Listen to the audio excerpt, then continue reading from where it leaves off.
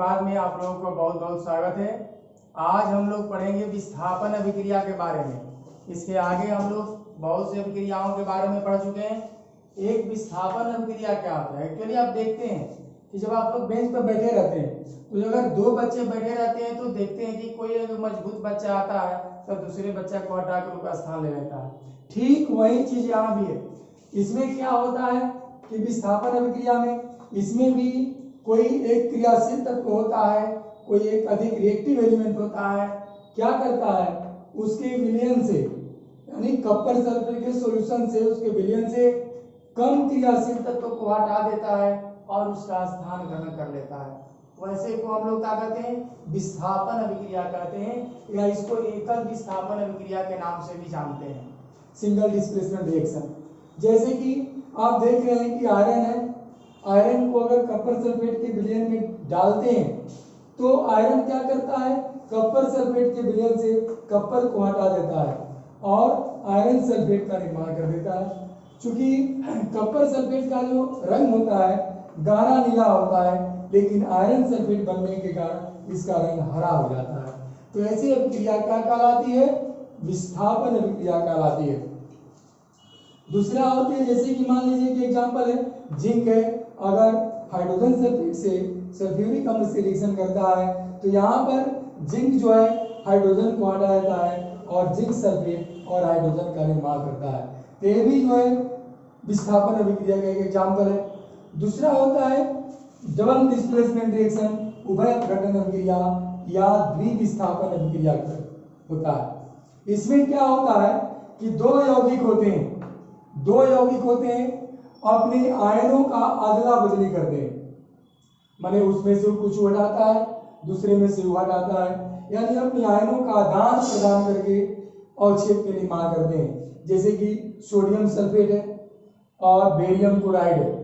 Sodium sulphate और barium chloride के बीच की अभिक्रिया में बेरियम सल्फेट के पास और सोडियम क्लोरीन के पास चला जाता है। इस तरह बेरियम सल्फेट का एक अवक्षेप बनता है जो व्हाइट होता है, उजला होता है और सोडियम क्लोराइड का निर्माण करता है। इसलिए यहाँ जो बेरियम सल्फेट है चूंकि जल में अविलेय है इसलिए उसको अवक्षेप भी कहते हैं। तो इस तरह एक अवक्षेपण अभिक्रिया के बारे में हम चर्चा करेंगे कि वैसी अभिक्रिया जिसमें अवक्षेप का निर्माण होता है। तो ये भी अवक्षेपण अभिक्रिया के एग्जाम्पल में आप दे सकते हैं। लेकिन एक दूसरा भी है, जैसे कि सिल्वर नाइट्रेट है, अगर सोडियम क्लोराइड के बीच अभिक्रिया होती है, ये क्या है? सिल्वर नाइट्रेट है, ये क्या है? सोडियम क्लोराइड है, दोनों के बीच रिएक्शन होता है तो सिल्वर क्लोराइड और सोडियम नाइट्रेट का निर्माण करता है। तो यहाँ भी ये अवक्षेप बनता है सिल्वर क्लोराइड का, इसलिए अवक्षेपण अभिक्रिया का उदाहरण है। इसके बाद हम लोग पढ़ेंगे उपचयन अपचयन के बाद। एक अभिक्रिया है उपचयन या ऑक्सीकरण, जिसको हम लोग ऑक्सीडेशन भी कहते हैं। इस अभिक्रिया में क्या होता है कि ये उपचयन वैसी रासायनिक अभिक्रिया है जिसमें किसी तत्व या यौगिक के साथ ऑक्सीजन का संयोग होता है। नहीं, किसी तत्व या यौगिक के साथ ऑक्सीजन जुड़ता है, संयोग होता है और हाइड्रोजन का निष्कासन होता है, हाइड्रोजन निकलता है। क्या सिंपल सी भाषा में आप कह सकते हैं कि ऑक्सीजन के योग और हाइड्रोजन का निष्कासन क्या कहलाती है? ऑक्सीकरण अभिक्रिया कहलाती है, उपचयन अभिक्रिया कहलाती है। जैसे कि हम एग्जांपल देख रहे हैं कि ऑक्सीजन के योग में कि कार्बन है और ऑक्सीजन है, तो चूंकि कार्बन के साथ ऑक्सीजन का संयोग हो रहा है, यानी कार्बन के साथ ऑक्सीजन जुड़ रहा है और कार्बन डाइऑक्साइड बना रहा है, तो ऑक्सीजन कार्बन के साथ जुड़ रहा है, इसलिए कार्बन का यहाँ क्या हो रहा है? उपचयन हो रहा है। कार्बन का क्या हो रहा है? उपचयन हो रहा है। ठीक उसी तरह आप देख रहे हैं कि मैग्नीशियम है और ऑक्सीजन है, इन दोनों के बीच में अभिक्रिया होती है तब मैग्नीशियम ऑक्साइड का निर्माण होता है। तो यहाँ भी मैग्नीशियम के साथ ऑक्सीजन जुड़ रहा है, तो यहाँ मैग्नीशियम का उपचयन हो रहा है।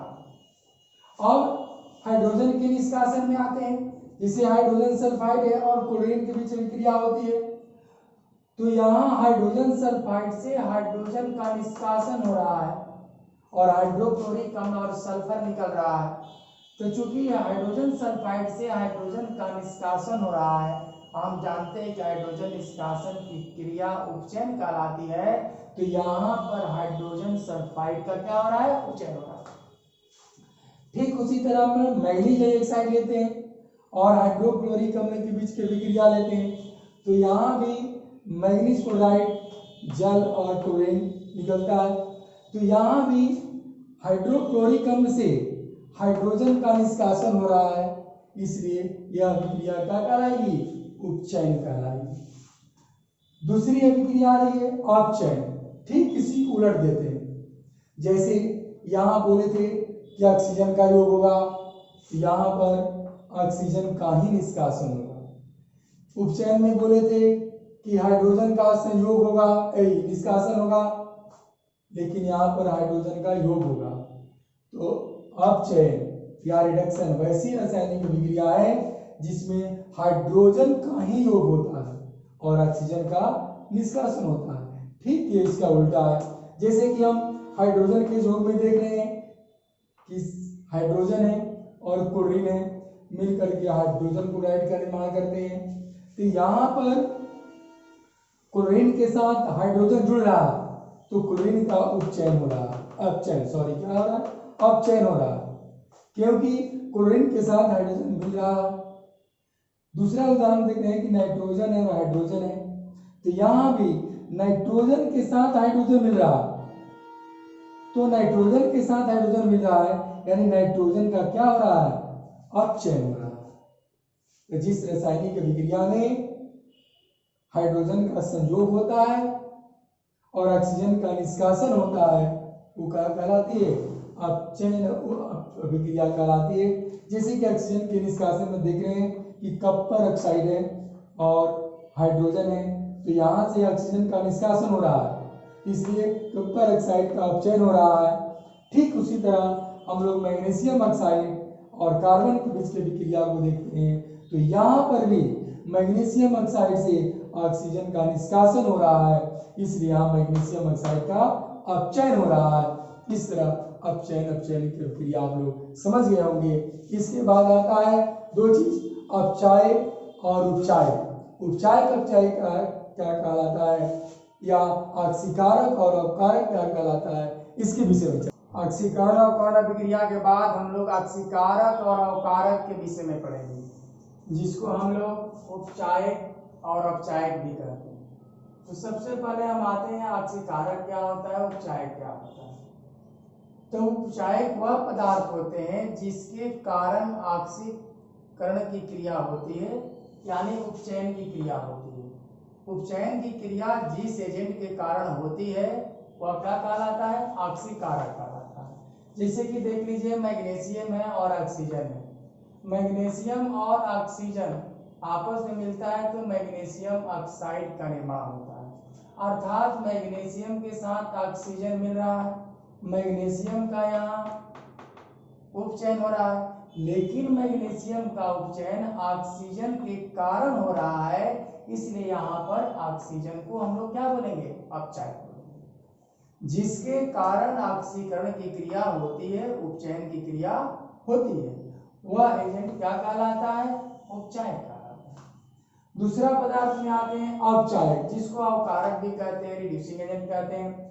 अपचायक वे पदार्थ होते हैं जिसके कारण अपचयन की क्रिया होती है, जिसके कारण क्या होती है, अपचयन की क्रिया होती है, वह पदार्थ क्या कहलाता है, अपचायक कहलाता है, ऑक्सीकारक कहलाता है। जैसे कॉपर ऑक्साइड ले लीजिए और हाइड्रोजन ले लीजिए, तो हम जानते हैं कि हाइड्रोजन का निष्कासन जो होता है अपचयन कहलाता है, तो ऑक्सीजन का निष्कासन क्या कहलाता है, अपचयन कहलाता है। तो अपचयन की जो क्रिया होती है किसके कारण हुई, हाइड्रोजन के कारण। तो हाइड्रोजन यहाँ पर अपचायक है, क्योंकि हाइड्रोजन के कारण ही अपचयन की क्रिया हो रही है, इसलिए यहाँ पर हाइड्रोजन क्या होता है, अपचायक होता है। तो जिसके कारण अपचयन की क्रिया होती है वो अपचायक होता है, और जिसके कारण ऑक्सीकरण की क्रिया होती है वह उपचायक होता है। ठीक इसके बाद आता है रिडॉक्स अभिक्रिया, जिसको अपचय अभिक्रिया भी कहते हैं। तो जो भी रासायनिक अभिक्रिया में अपचयन उपचयन की क्रिया होती है हमेशा साथ साथ होती है। जब ऑक्सीकरण अवकरण की क्रिया, उपचयन और अपचयन क्रिया एक साथ होती है तो दोनों को संयुक्त रूप से मिला करके रिडॉक्स अभिक्रिया के नाम से जानते हैं। जैसे कि मान लीजिए कि यहाँ पर कॉपर ऑक्साइड है और हाइड्रोजन है, दोनों के बीच अभिक्रिया होती है तो यहाँ पर कॉपर ऑक्साइड के साथ हाइड्रोजन निकल रहा है तो देखते हैं कि हाइड्रोजन निकलने की जो क्रिया होती है अपचयन कहलाती है।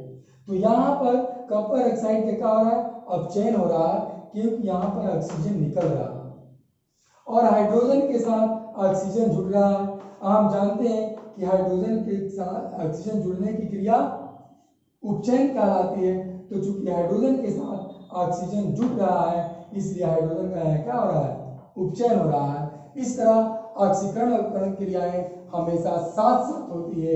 एक पदार्थ जब उपचयित होता है तो दूसरा अपचयित होता है, इसलिए इसको संयुक्त रूप से मिला करके रिडॉक्स अभिक्रिया के नाम से जानते हैं।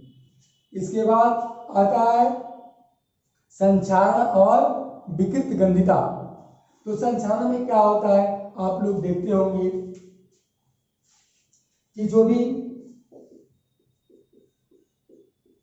धातु या धातु युक्त पदार्थ को हम लोग खुली वायु में छोड़ देते हैं तो वायु से, नमी से या अम्ल से विक्रिया करके वह धीरे धीरे संक्षारित हो जाता है, जिसको हम लोग संक्षारण कहते हैं। जैसे कि लोहे को वायु में छोड़ देते हैं तो उसमें जंग लग जाता है, तो जंग लगने की क्रिया भी एक प्रकार की संक्षारण की क्रिया होती है। इसके बाद आता है विकृत गंधिता।